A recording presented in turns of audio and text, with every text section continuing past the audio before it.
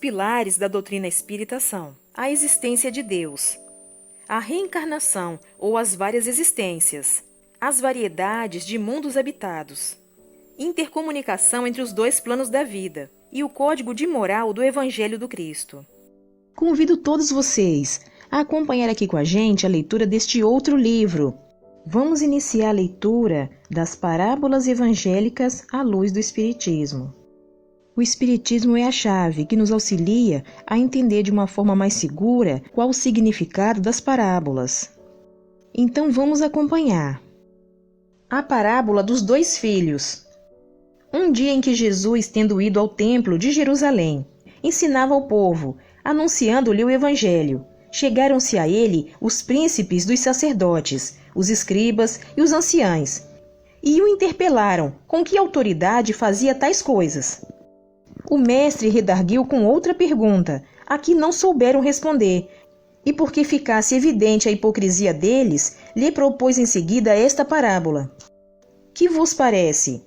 Um homem tinha 2 filhos, e chegando ao primeiro lhe disse: Filho, vai trabalhar hoje na minha vinha. Ele respondeu: Não quero.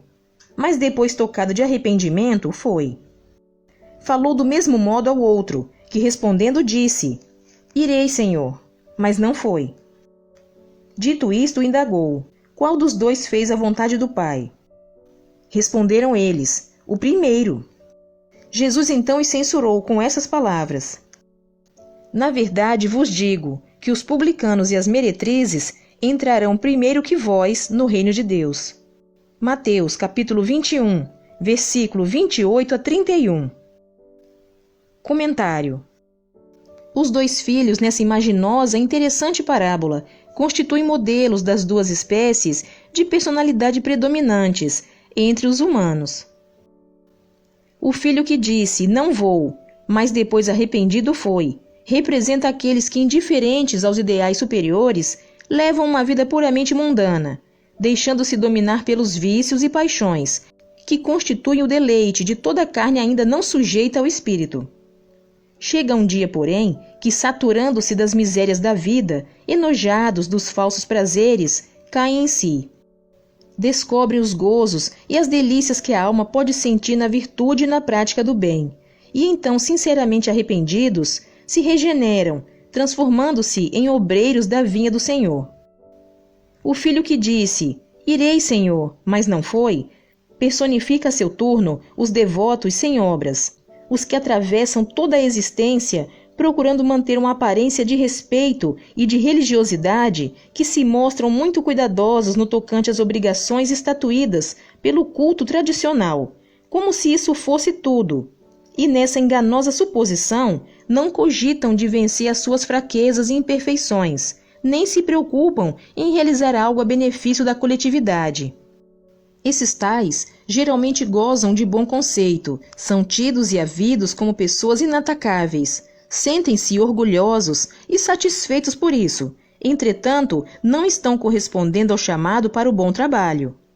Incluem-se neste número os mentores religiosos de todos os credos, que deveriam guiar os membros de suas igrejas ao conhecimento da verdade e, com seus exemplos, edificá-lo na observância às leis de Deus, mas que por desleixo ou preguiça, ou porque se achem absorvidos em questões de interesse material, não cumprem a elevada missão de que estão investidos.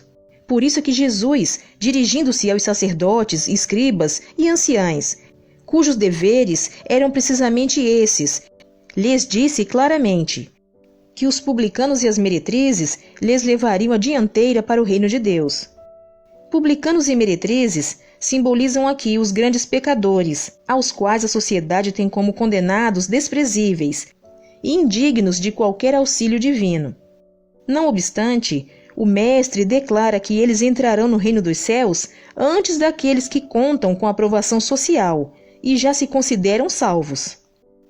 É que esses pecadores, por muito virem a sofrer, adquirem sensibilidade, tornando-se acessíveis e, quando tocados pelo amor, mudam de vida. Aproveitando então a experiência adquirida através de duras provas, Alguns há que se tornam santos, até legando ao mundo exemplos admiráveis de verdadeiro renascimento espiritual. Obrigada pela sua companhia. Fique com Deus e até o próximo vídeo.